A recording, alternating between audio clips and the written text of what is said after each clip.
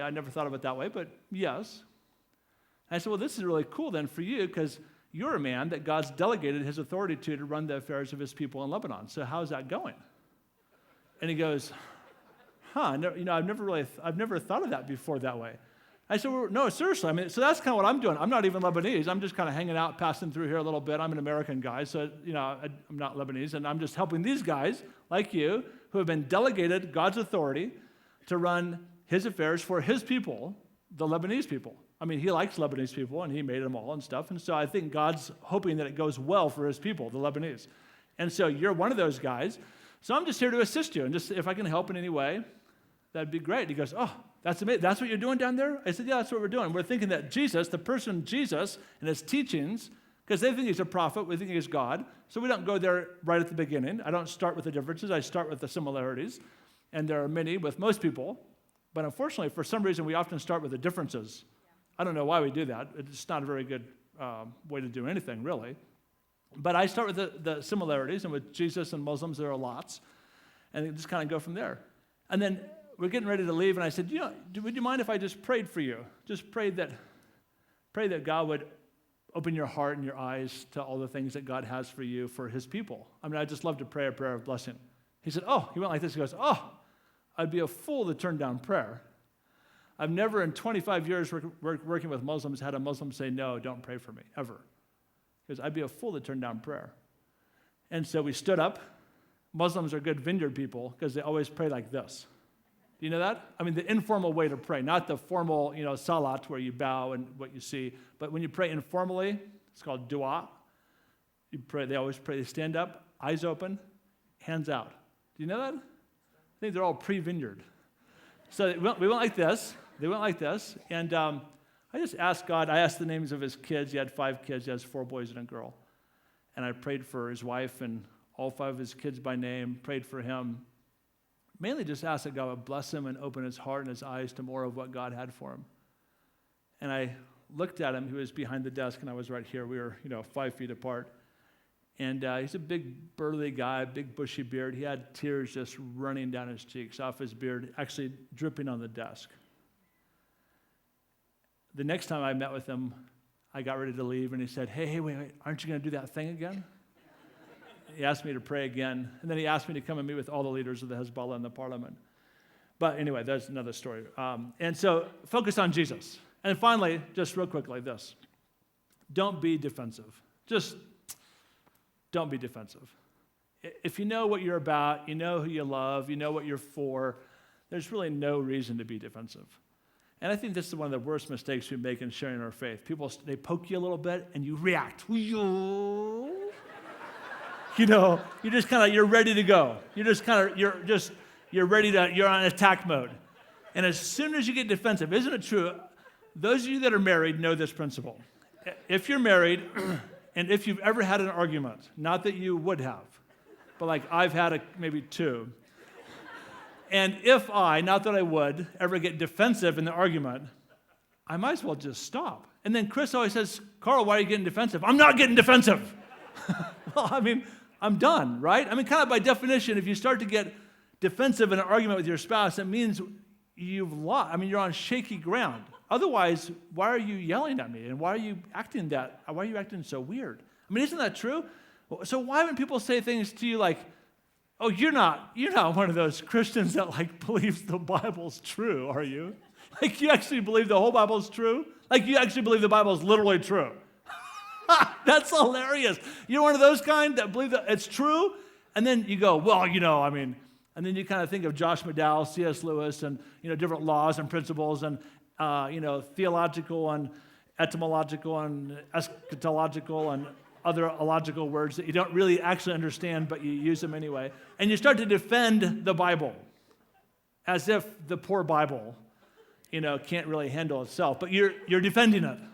And you're defending God. And people say, you believe God's real, and you defend God. I mean, do you really think God needs us to be his defense attorneys? Like, God's going, it's not going very well for me down there on earth. Could you please defend my reputation? I think that's often how we think, is that we're defending God's reputation. God's not doing well, and we're helping him out. What if you just didn't? I mean, you just don't have to be defensive. Let me just finish with this story. I speak every year at Harvard. I don't know if you've heard of that or not, but it's a little school on the East Coast. And I always tell them I'm from the University of Colorado, ha, ha, ha. And then nobody ever laughs. But I speak at Harvard, the Kennedy Law School, or the government school, graduate school at Harvard. And I do a seminar every year called Jesus' Middle East Peace Plan. And it goes great. And I just make up the Middle East Peace Plan part, because, of course, who knows how to do that? But I'm just talking about Jesus, but they've never figured it out in 4 years that I'm actually just talking about Jesus. It's kind of funny. They're actually not that smart at Harvard. And so I do this. Oh, you guys like that, didn't you? I mean, Harvard is no Mesa State, after all. No, I'm saying it's not a Mesa State. It's not. They're not that smart out there. So they haven't figured that out. And so what I did one time, and I've actually done it twice, but the first time I did this thing, I spoke to a whole auditorium full of people. There was about 800 people. And then I said, tomorrow morning, that was a Monday afternoon, tomorrow morning from 9 to noon, if anybody would like to come and talk to me some more about these things I've talked about, I'll be in this room. And it was a place on Harvard Square that we just asked to get it. It's called the library. It isn't actually the library, but it's a room called the library. So we're in the library room, and I'll just be sitting there, and you can come talk to me. So about 8:45, I went there with my one other friend, and we were sitting in there having some Dunkin' Donuts coffee, and just kind of sitting there thinking, we should probably pray. But I was feeling very insecure, thinking, of course nobody's going to come. And then it's 9, then it's 9:05 and 9:10, and I'm kind of like, okay, so this is stupid, And then 2 ladies walked through the door. A young Korean girl, who I found out later happened to be on InterVarsity staff, who had brought a postgraduate PhD professor of psychology lady with her. So she walks in, and as she walks in, I just kind of stood up. I'm thinking, oh, good, somebody came. She walks in, and she goes, I just want you to know, first of all, I'm Jewish, and I don't believe Jesus is the Messiah. I said, well, all right, my name's Carl. And she goes, oh, sorry, I'm Judy. I go, great. Come on in and sit down. It'd be fun. You want some coffee, or whatever. And she didn't. And she sits down and she goes, so? I said, so what? She goes, well, so what do you got to say to that? I said, to what? She said that I don't believe Jesus is the Messiah. I said, great. You told me you're Jewish, and so I would guess that. So that's fine. And then she looked at the Korean girl, who's now kind of looking at me, going, like, come on, do your thing, that thing that you do. And I said, so what brings you here? She goes, well, I came to talk to you. She told me that you're a Christian evangelist. And I said, oh my, no, God, no. I said, no. She goes, what? She goes, well, then she lied to me. And the Korean girl is kind of like, she doesn't know what to do. She goes, well, yeah, but no, what? And then they're both looking at me kind of with panic in their eyes. And I said, no. I said, do I look like a Christian evangelist? And the Jewish lady goes, well, no. I said, would a Christian evangelist just sit here and drink coffee and say, I don't care if you believe that Jesus is the Messiah? Would a Christian evangelist say that? She goes, no. I said, well, then I must not be one. It's kind of bad logic, but again, it's Harvard, so she didn't get it. So I said, I go, no. And she goes, then what are you doing here? I said, I'm really not doing anything here. I gave a lecture yesterday. I said, were you at the lecture yesterday? She goes, no, but my friend told me I should come talk to you, and that you would convince me that Jesus is the Messiah. I said, oh, I'm really sorry. I think you got the wrong guy. She goes, well, what do you want to say to me? I said, really nothing. I'm just, I'd like to know about your life, tell me who you are. And so we talked a little bit, and then she goes, wait, you're just playing a game. She said, I know you want to convince me. Just go ahead and try. I said, no, actually, it's what's funny, which is quite annoying to my other friends who are Christian evangelists. Actually, I really don't want to convince you. And she goes, well, why not? I said, well, you don't look very convincible. So, I don't know about you, but one of the things I've learned in life is that you can't. I have friends who are Republicans who try to convince their Democratic friends to become Republican, and that doesn't ever work very well, or vice versa. I've never gone to somebody and said, hey, you know what? I know you're a staunch Republican supporter and you voted for Bush every time and you love Reagan and stuff, but you really ought to become a Democrat. And then the person goes, oh, thank you. I never thought of that. And then they just become a Democrat, just like that. That's never happened to me before. And I've tried it actually both ways, just for fun. It's never worked. So I've just found that I can't convince anybody of anything, so I don't try, and that's not what I do anyway. She goes, well, what do you do? I said, well, actually, I spent a lot of time in the Middle East and talked to government leaders and business leaders and kind of societal leaders in the Middle East, and here in the States as well, members of Congress, about Jesus, and tell them that they actually followed Jesus, their life now, and I think maybe forever, would be a lot better. She goes, aha, then you are a Christian evangelist, but a very sneaky one. And I said, no. And then I did this. I said, do you know who Jesus was? She goes, well, yes. I said, who was Jesus? He goes, oh, he was a Christian guy that started Christianity. Now, see, I've got her, right? I mean, because you already know what I think about that. And I'm saying, oh, no, you're so wrong. And so I just started telling her. I said, I think the problem is you've got bad information. And, you probably got bad information from people like me.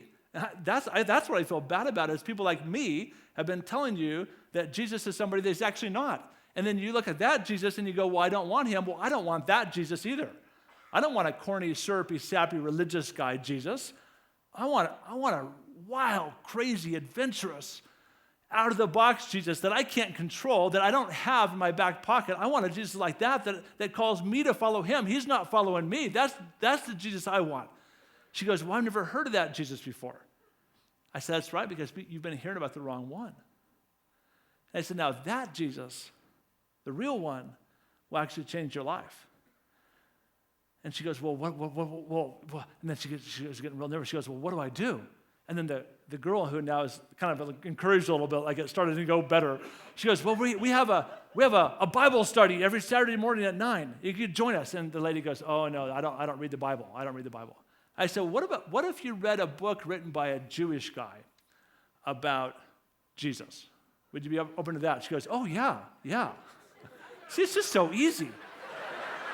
And I go, like for instance, there's this really amazing Jewish guy that was a historian named Matthew that wrote a whole book just about the life of Jesus. It's an original document, and we have it in English, I suppose. You have it in English? And the girl goes, uh-huh. I said, so she has it in English, and you could just read it together in English, and it's all about just the life of Jesus. The word Christian never appears in Matthew, and Christianity is never in there. So you don't have to worry about that. It's a Jewish guy about a Jewish Jesus. It's all Jewish. You're Jewish. This is working really well. And you just read it, and then just see what happens. She goes, oh, I'd totally do that. Now, the Korean girl's going, that's sneaky. But, I mean, it's not a trick. It's really not that. It's not tricky. It's actually honest. See, the things that we've been doing are tricky. The kind of Christian-y, syrupy, sappy ways that we've been doing evangelism are tricky. They're sneaky. They're not right. They're weird. If you actually say what's honest and what's true, that's actually more real.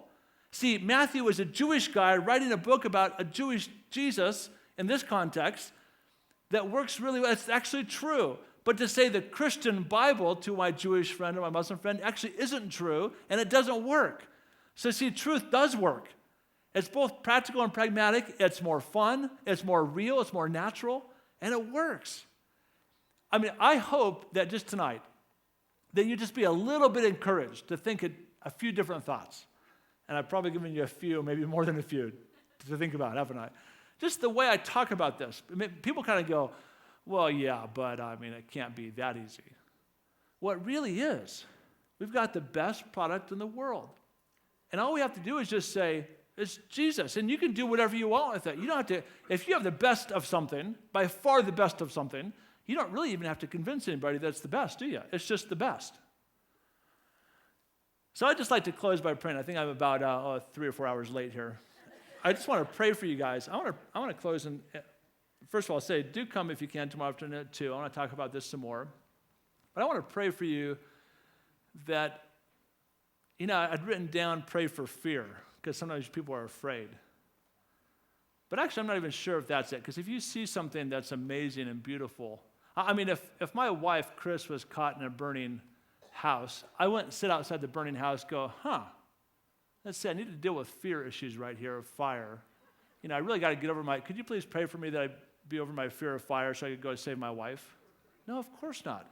I would just run in there, maybe even irresponsibly so. I would run in there and try to save my wife. So I don't think we don't have to get over fear so much as we just need to see the beauty of Jesus. I mean, how absolutely amazing he is. And then maybe relearn some ways to talk about him naturally.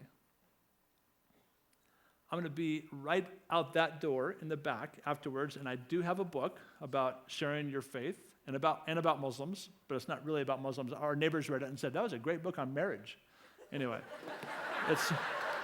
it's called Muslims, Christians, and Jesus. It doesn't have marriage in it anywhere. And then I have some, do these guys know Jay Pathick? Has Jay ever been over here? Well, anyway, Jay and I did 9 nights in a bar. We went downtown Denver, inner city Denver, to a bar. We asked the owner, could we come down here and talk about Jesus? He said, sure, I don't know why.